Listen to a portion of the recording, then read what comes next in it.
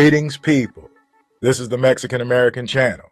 You are welcome to join us. Hit the like button to support the channel and subscribe if you haven't subscribed yet. For tonight's program, I want to update your files. So this is an interesting topic because Mexicans were defined as white by treaty under the Treaty of Guadalupe Hidalgo after the Mexican-American War, because at the time only Africans and white people could become citizens of the U.S.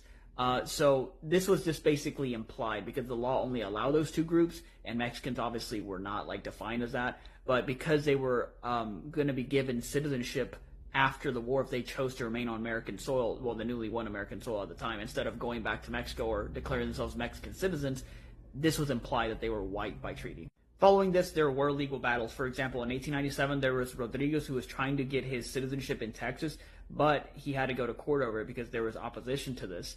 At the time, again, they just referenced the fact that only white people and Africans could get citizenship and that he was not from either race. He ended up winning the case. The judge ruled in his favor, citing the 14th Amendment, and that regardless of origin or race, you could obtain American citizenship. But this case served to only reinforce the Treaty of Guadalupe in defining Mexicans as legally white for a lot of legal purposes. This is just literally some actual dialogue from 1897 where he was being questioned by the opposition, where they were asking him, do you belong to the Aztec race of Mexico? And he said, no. Do you belong to the race of Spain? And he said, no. What race? And he said, I don't know. So again, this all goes all the way back to over a century. But yeah, nowadays this is pretty outdated. There's no need for this to be the case for Mexicans to be legally white, but it's still, or Latinos or Hispanics in general.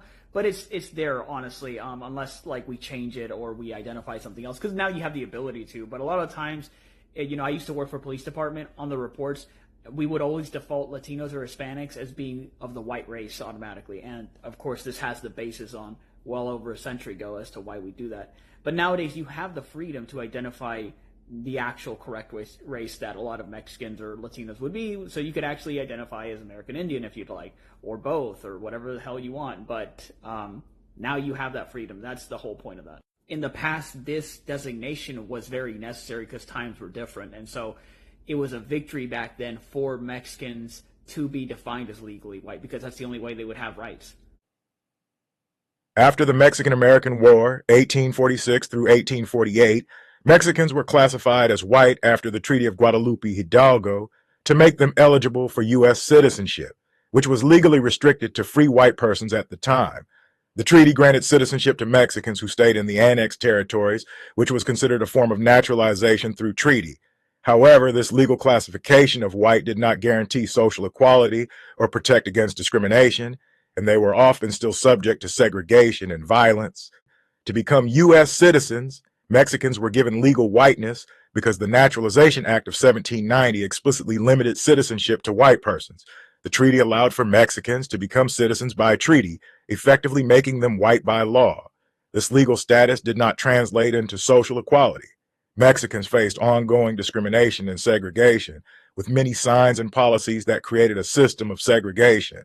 Despite being legally white, their racial identity was often complex and fluid.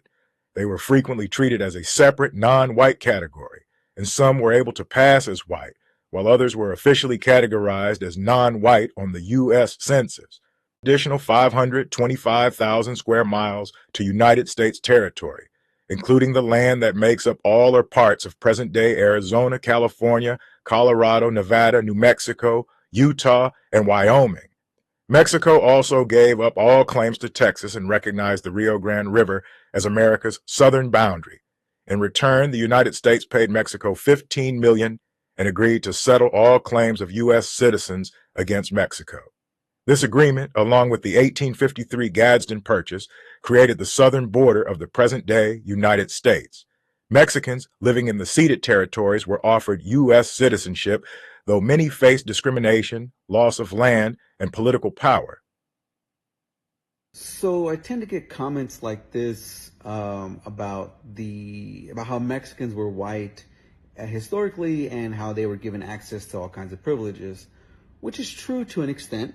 Now, if you're not familiar with our history, Mexicans were considered white on paper since about 1848. Those of Mexican descent were included and excluded from white institutions or white spaces such as parks, schools, theaters, restrooms, restaurants, pools, etc. But to understand Mexican American history in the 19th and 20th century, you have to understand the complexity of whiteness.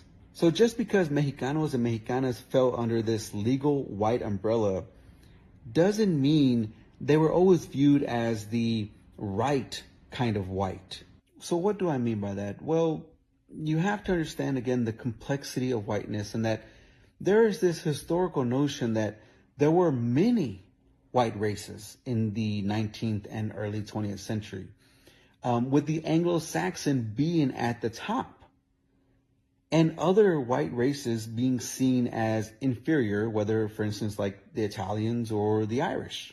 So understanding that there were many white races is something that can help us to make sense of why, when a Mexican entered a white institution, they could have still been othered, and why it's important to not just fall in line with this simplistic idea that, hey, well, they were put on the white side of the color line legally, so that means they were seen as white in general. Not true. To understand this idea of many white races, I would recommend that you read The History of White People by Dr. Nell Irvin Painter. And I'll leave this video with a small clip from Dr. Painter, who explains it best. So now we assume that there's one big white race, and it's on a toggle switch. Either you're in it or you're out. That was not the case. That was not earlier the case. So in the 19th century, a thinker like Ralph Waldo Emerson could very easily see that there were several white races. This was commonplace in science. There were several white races. The ones at the top were called Teutonic or Saxon or Anglo-Saxon. Ralph Waldo Emerson thought of himself as a Saxon. And then there were other white races, like the Celtic race. Because remember, Ralph Waldo Emerson lived at the time of heavy, impoverished immigration from Ireland. The Irish immigrants of Emerson's time were very poor, dirty, ignorant people. So therefore, they belonged to an inferior race. And then at the turn of the 20th century, there was the Eastern European Hebrew race. There was the Northern Italian race. There was the Southern Italian race. There were all these white races, many, many, many, many, many white races. And then the non-whites were lumped into big categories like Chinese or Negro. So unless they were in special places like Louisiana, Negro or Chinese was not disaggregated. So poor Catholic Irishmen were definitely white. Poor Italian Neapolitan immigrants were definitely white. They just belonged to inferior white races. That was the thinking in the second half of the 19th century and the early part of the 20th century. They were definitely white. They belonged to inferior white races, plural. In 1930, Mexican was put on the Census questionnaire as a race. This was during the Depression, and it was a time period when the government was rounding up people. The Mexican repatriation was a series of forced deportations and coercive voluntary departures of approximately 2 million people of Mexican descent, including many U.S. citizens from the United States between 1929 and 1936. Authorities rounded up individuals through raids, public pressure, and threats, even taking people from hospitals. The stated goal was to reduce unemployment by removing Mexicans from the workforce to create American jobs for real Americans, an idea advanced by President Herbert Hoover. Families were separated and people were deprived of their citizenship and property. So people didn't want to be identifiable on the census because they were afraid of the government. Those people who checked white were more identified with this ideology of using whiteness as a strategy, while those who checked other were more identified with anti-racist politics, or they identified more or with immigrants with African Americans. So it wasn't so much color or assimilation, but what strategy they used to combat the discrimination they faced. Some of the lightest people checked other, and some of the darkest people checked white. It wasn't a skin color issue or an assimilation issue. It's a strategic issue. They used the census in the 1940s to locate Japanese Americans for internment camps. Today, everyone wants to be counted. Now everyone wants representation. But at that time period, people did not want that. And they also did not want to be racialized. This was a time where the best avenue for people to fit in was to claim whiteness. I want to address this comment and unpack Mexicans and whiteness a little further. And the question that I want to answer in this video is, why would a Mexican who looked like me mark themselves as white in the United States historically? And what did that mean for their relationship with whiteness? So before anything, we have to recognize that whiteness was legally assigned to all Mexicanos and decided for them by elite politicians in the mid-19th century. So as Anglos colonized the Southwest in the mid-1800s, a racial debate took place between elite Mexicanos and Anglos. Were Mexicans white or non-white? Essentially, a general agreement that we were more Spanish won out, and with it, the understanding that Mexicans were legally white. Future Mexicans will then be born into this established bureaucratic and legal system that set a racial classification for them. But this legal whiteness does not go unchallenged by many Anglo-Americans. From here, we do have a choice on how we react to this imposed racial classification and racism faced. Some will unfortunately fall prey to this imposed white supremacy and internalize whiteness in hopes of being seen as equals to Anglos. LULAC's early history is an example of this with their Americanization and anti-immigrant rhetoric, although we know they have changed their stance today. But not every Mexican falls for this trick, and many will form a dual consciousness. For example, here is Margarita Flores, and Margarita was labeled white in her census records, and she was even able to access white employment. And if you stop there, you might think she sought some proximity to whiteness, but a closer look suggests otherwise. Yes, Margarita leveraged her assigned race, but she challenged whiteness by organizing Mexican workers, getting into physical altercations with white policemen to protect said workers, and working with black unions. She had a dual consciousness to which there are many more examples of. The point here is that being white on paper was generationally enforced.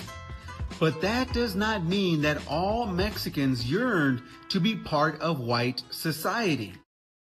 In 1929, the League of the United Latin American Citizens, a Mexican-American organization, formed in Corpus Christi, Texas. LULAC has historically been seen as a relatively conservative ethnic organization due to its early focus on assimilation, patriotism, anti-communism, and non-confrontational tactics, while also pushing for Latino civil rights through legal challenges. One of their main organizing efforts was to get Mexican off the 1930 census. They protested, "We are white race, we are Americans." The Mexican government itself protested the category because the entire Southwest used to be part of Mexico. And when it was taken over by the United States, they promised Mexico that the Mexican residents there would be treated as full citizens. Well, at the time, you had to be white to be a citizen. So that's where the whole issue came about of Mexicans, specifically identifying as legally white but socially not white. It worked against them in some ways because they claimed segregation and discrimination. The parties being accused of discrimination could say, well, no, you're white. So this history of claiming whiteness has been a strategy that Mexican Americans and other Latino groups have used to try to lobby for acceptance. Claiming Americanness, claiming whiteness. LULAC and the Mexican government successfully had Mexican removed from the census questionnaire. After 1930, there has never been another Latino group listed as a race on it. Claiming whiteness for legal benefits often hindered efforts to fight social racism, as they couldn't claim the same protections as other racial minorities. While claiming whiteness helped with legal standing, it also created tension, as they couldn't easily claim discrimination if legally white, leading some to later fight for recognition as a distinct racial group, Hispanic, to address real social discrimination. In 1970, the Hispanic origin question was first introduced on the census long form. This strategy was a complex, evolving response to American racial politics, aiming for inclusion while navigating a system that often denied them full equality, ultimately contributing to the later push for a distinct Hispanic identity. For the haters still chewing on crayons, pay attention. Nobody forced whiteness on Mexicans. This is a comment right here that I tend to get that we need to break down further in nuance. When it comes to Mexicanos and historical whiteness, perspectives like this do not consider how Mexicans tried to exist outside of the American racial order, but were forced to uphold whiteness. A few examples serve this point. The 1910 Francisco Flores miscegenation case, the 1914 Maestas case, and the 1947 Carla Garza case. So in 1910, Francisco Flores married a black woman named Ellen Dukes in Texas. The local sheriff ended up arresting Francisco, and he was sentenced to 2 years for unlawfully marrying a Negro. Fast forward to 1914 in Alamosa, Colorado, where Mexican parents filed a lawsuit against the school district for segregating their children into a Mexican school. In this lawsuit, they tried arguing that they were a racially distinct group as Mexicans who were being discriminated against. To counter this, it was the school district who argued that Mexicans were Caucasians, meaning they could never be discriminated against. And the last example takes place in 1947 in Washington, D.C., when Carla Garza attempted enrolling into a black school for a dressmaking course. After learning that Carla was Mexican, white and black education board members voted to prohibit Carla from attending the black school on the basis that she was legally white. So, when some Mexicans tried to operate outside of whiteness, they were pigeonholed into a legal white identity. Now, were there some Mexicans that internalized and upheld white supremacy? Yes. But the historical relationship between many Mexicanos and whiteness was at times imposed on us without choice. And this concludes for tonight's broadcast. Until next time, family, and always remember who you are.